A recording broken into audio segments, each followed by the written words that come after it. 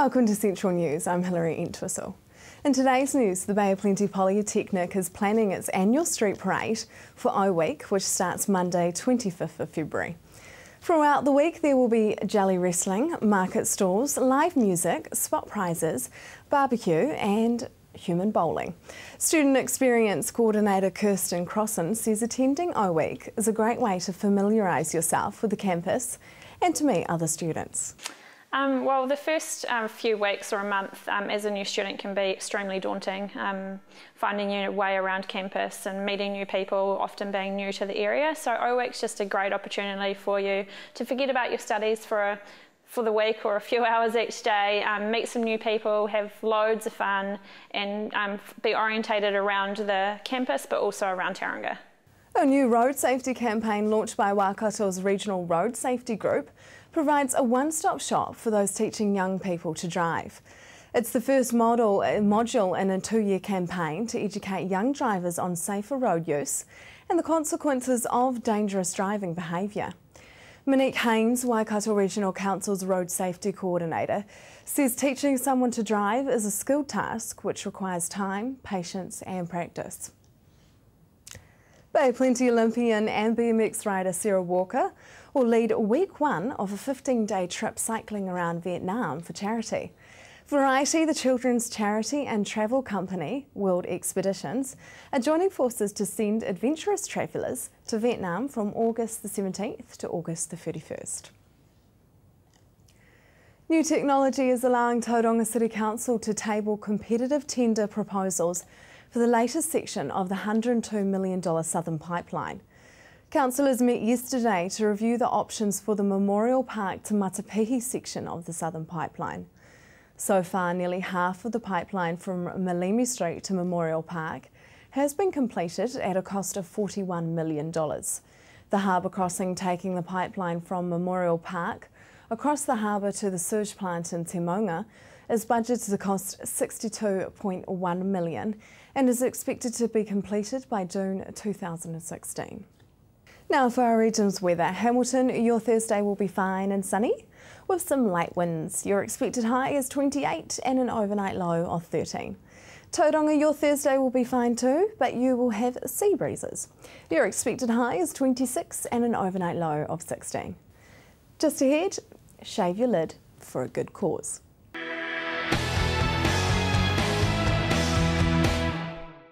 Welcome to Central News on TV Central. On Saturday, the 2nd of March, there will be tufts of hair floating all over the main Mount Beach. But it is all for a good cause, as the Child Cancer Foundation's Mount Beach Bald fundraiser is back. Oh, Hilary, we're going to have fun on the main Mount Beach. This is our second fundraiser and the first one was absolutely fantastic. Loads of people shaving their lid for a brave kid. We want another load of people this year to come up and do this brave action for all of the brave kids. So what is the Big Boss Challenge? The Big Boss Challenge, well, you may remember we had Dame Susan Devoy and Mark Cairns shaving their lids last year. So we're thinking that these high-profile people did this for the Child Cancer Foundation, and it'd be nice if other bosses or other people can nominate their bosses or their teachers or their sports coach to actually shave their lid for a brave kid. How can we register for Shave Your Lid? It's very easy this year. Just go to www.fundraisor.org.nz, and if you can't find that, just look for the Child Cancer Foundation website and it will lead you to that. Because this is the second year that you guys have actually had this event. How did last year go? Oh gosh, it was amazing success. It was fantastic. We had loads of people turn up on the day, registered well ahead of time, and we raised, it was just over $100,000. So it was a fantastic event. March is the month of Child Cancer Appeal Month. What are the plans for this year? Right, appeal, our Beads of Courage street appeal is going to be on this year everywhere around New Zealand, and we're calling for volunteers to help out with that.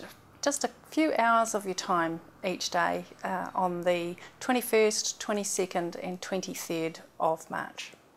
When is the Beads of Courage Day? So the Beads of Courage Day is the 22nd, Friday the 22nd. it varies of collections around the different areas of when people are able to collect, but here in Tauranga we do the Thursday, Friday, Saturday. Some areas such as Auckland just do the Friday on the 22nd. And what are Beads of Courage? Well, Beads of Courage, they're a very, very special thing which we give Beads of Courage to our children for every treatment and procedure they go through. Every different bead has a different meaning, so the children are able to talk about their journey through cancer. What is the record for the most amounts of bead? Well, I don't know the exact record, Hilary, but wee Emma, who has been one of our poster girls for quite a long time, she has received over 2,700 beads throughout her treatment and course. Yes, it's huge. She can't carry them all. Why are your appeals so important? Well, we're not funded by the government or any other cancer charities, so we rely on the generosity of the public and the people and grants. We have events, the street appeal, people help us out in so many different ways, which is fantastic. So we rely on that. Now, you guys actually need volunteers for the appeal day? I do, and if people would like to volunteer, they can either go through the childcancer.org.nz website, or they can call me in Tauranga on 07 579 4141, and I'd be delighted to hear from them.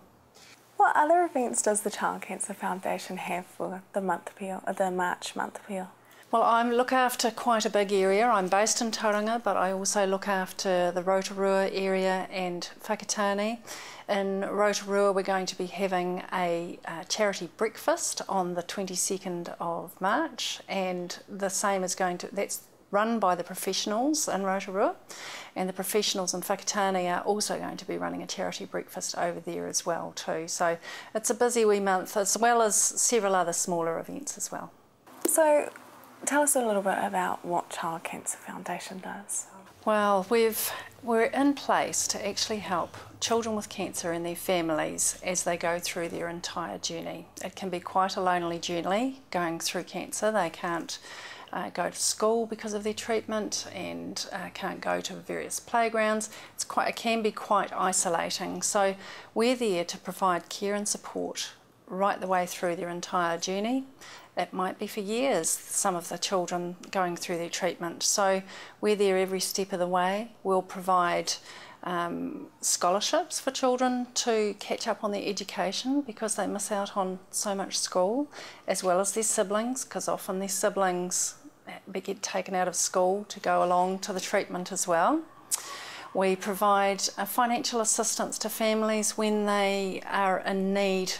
For example, we provided a car registration to a family who was not able to get to Starship Hospital. You know, these families are in need. Mum might have had to give up work, so you know things can be really, really tight, as well as the pressure that the families are going under. We've got family support places around the country in Auckland, in Christchurch, Wellington, and we've also got a family centre here in Tauranga as well that families can utilise. We've got holiday homes that families can go to, and they are fully stocked. All they need to do is rock up and enjoy and relax being a family together. So there's quite a diversity of what we do, and we're quite flexible because all children's journeys and their families are all different, so we're there to help them through that. How many families and children do you guys have at the moment in this area? In this area we've currently got 11 children on treatment, but there's just over 50 families that we support in the area, because once treatment has finished, that doesn't necessarily mean the journey is over. And we also care and support for bereaved families. To register for this awesome event, visit childcancer.org.nz and follow the links to Mount Beachboard. Coming up next, there is a new farmer education provider in the Waikato.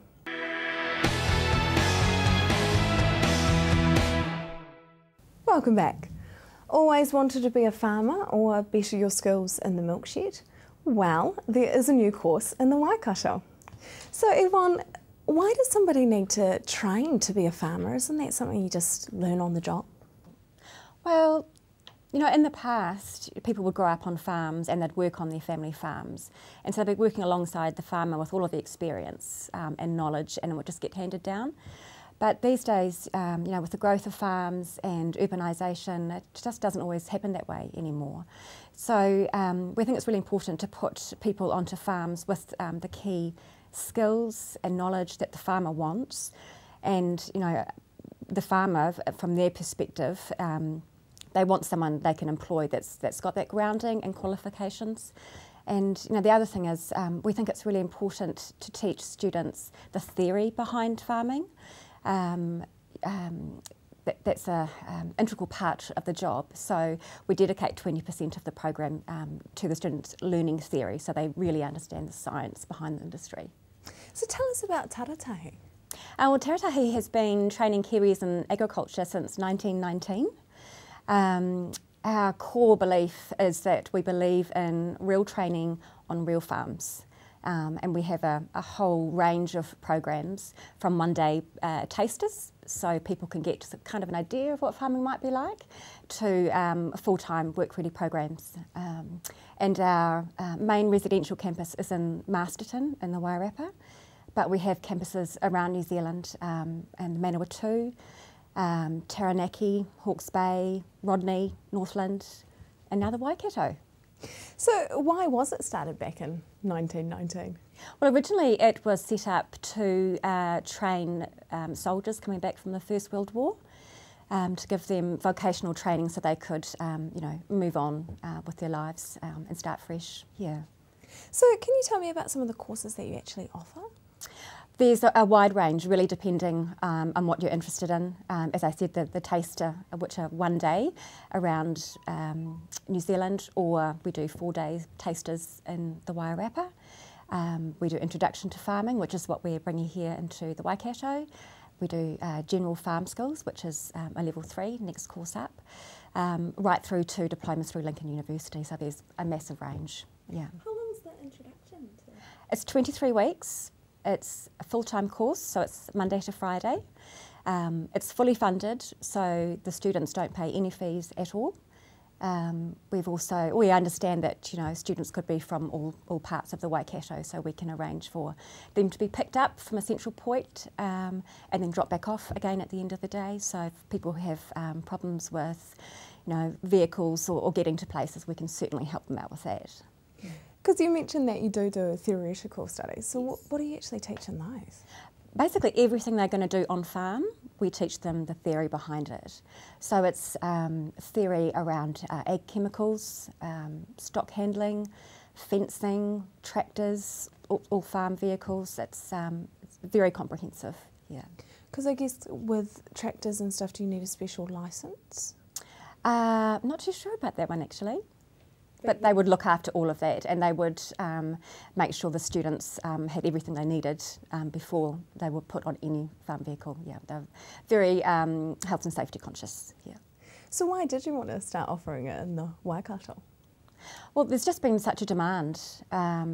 And beforehand, you know, people from the Waikato had to travel to the other campuses, which, you know, is a bit of a journey and a change in lifestyle. You know, they'd have to find a flat or accommodation in another part of the country they're not familiar with. So we listened to the demand, and now we've got partnerships with a lot of farms in the Waikato area. So now we're able to deliver it, which is great news for the people of Waikato, because they can stay put, they can take advantage of this program on their own back doorstep, which is great. Yeah, because I suppose we've got quite a lot of rural places in Waikato. Yes, it's a big area. Because quad bike safety has been quite topical yes. recently with all the latest accidents and stuff. What do you teach your students about that quad bike safety? We take it very seriously. We have a fleet of quad bikes that the students will be using. We spend or give them at least 20 hours throughout the program on quad bikes. We teach them things around you know, active riding, emergency dismounts, safe speeds, safety gear, and we put them in a whole range of different situations so they can learn to handle the vehicle, and all the time obviously fully supervised. So when is the next course coming up in the Waikato and how much are they? The next course is starting on the 25th of February, but the Introduction to Farming program will be running throughout the year. So students, if they're interested, can enrol today, tomorrow, or in a few weeks' time, and we will make sure that they get a place on a program. And it's free? It's free, fully funded, so no fees involved at all. It's pretty amazing. And because you are going to be at the Potato A&P show on Saturday as well, We will aren't be, you? yes. Really looking forward to that. So if anyone's interested or has more questions, we'd love them to come on up and have a chat with us. We'll have brochures and things there so they can have a good read, and one of our tutors will be there as well. So they can get into the real sort of nitty-gritty detail of what they'll be learning on farm and in the classroom. Visit taratahi.ac.nz to find out more about the courses they offer. Stay tuned as we look inside the new Grey Street TV studio.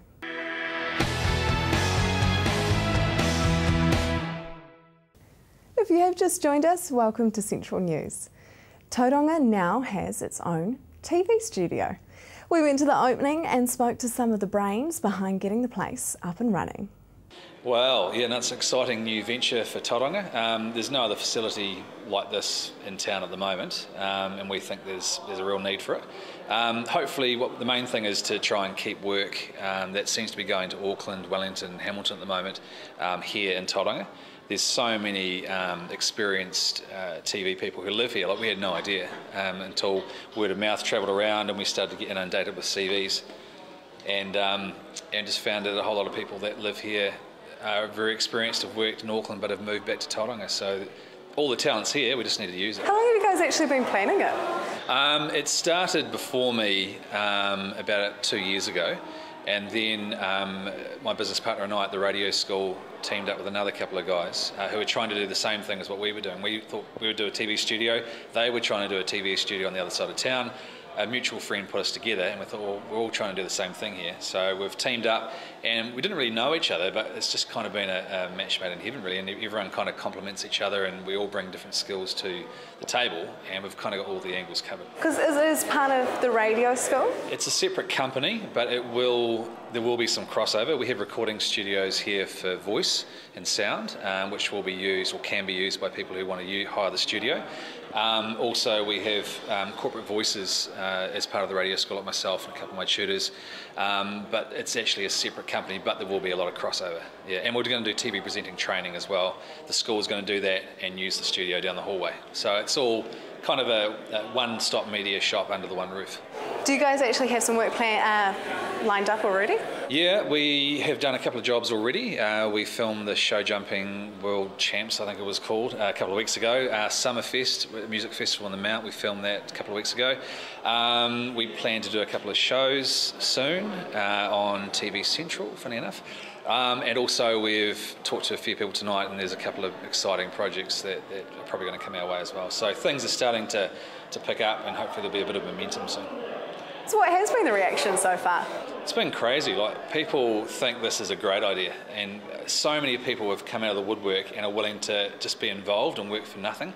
And I have had no negative comments, even some articles, online and stuff where people can post whatever they think. You expect maybe the odd negative comment. Everything's been positive. So it's obviously something that's been needed for a long time, and people are quite excited. We just hope that people get behind it now. So what has your role been in setting up the TV studio here? Well, I was just one of the minds that came together and decided we'd have a look at it, and there was a bit of a spark of interest because of TV Central's interest in the project as well, and that sort of motivated me to talk to the boys at the radio school and Fred, and we decided, well, yep, we'll do it. So that's where it generated from, and the combination of ourselves and doing projects occasionally with TV Central made a lot of sense. How did you actually get together with Hamish? I met a builder over a beer, and he said, you should talk to Hamish, he's at the radio school. So I did, and that's how it happened. Can you tell me a little bit about your career? Because you've actually got quite an extensive career in the industry. Oh yeah, I started here in Tauranga as a radio journalist at 1ZD, it was called in those days. And then after that I moved overseas and went surfing in California and did some work over there. And then came back and worked for the ABC in Australia as a television journalist for a couple of years.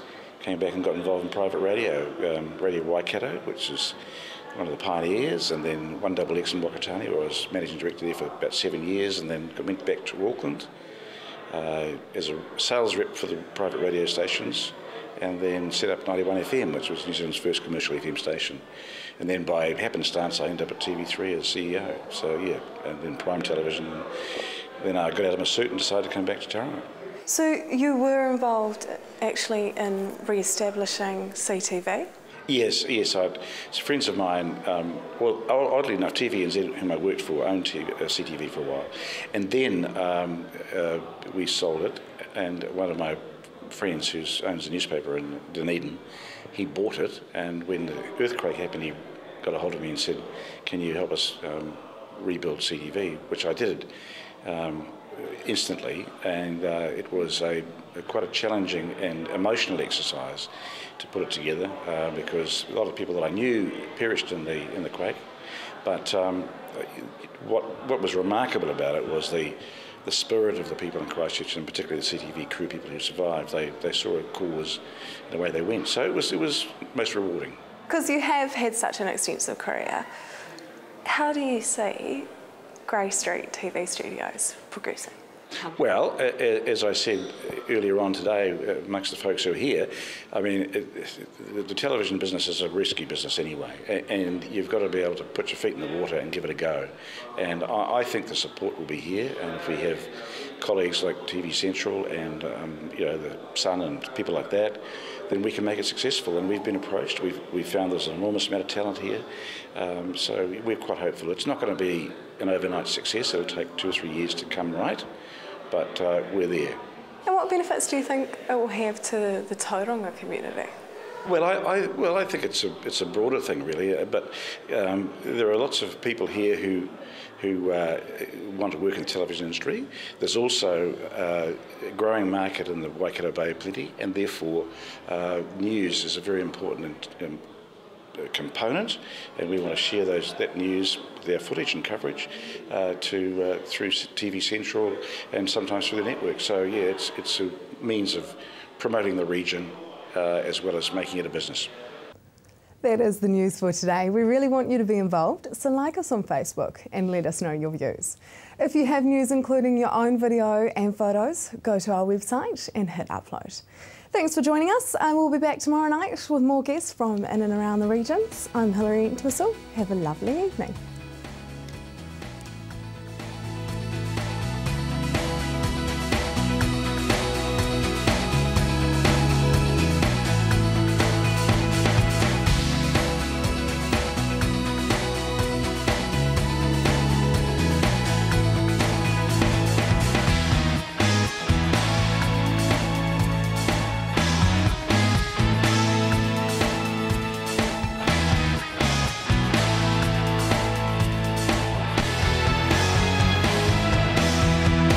This has been an Alpha Media production, a division of Television Media Group. Supporting local content so you can see more of New Zealand on air.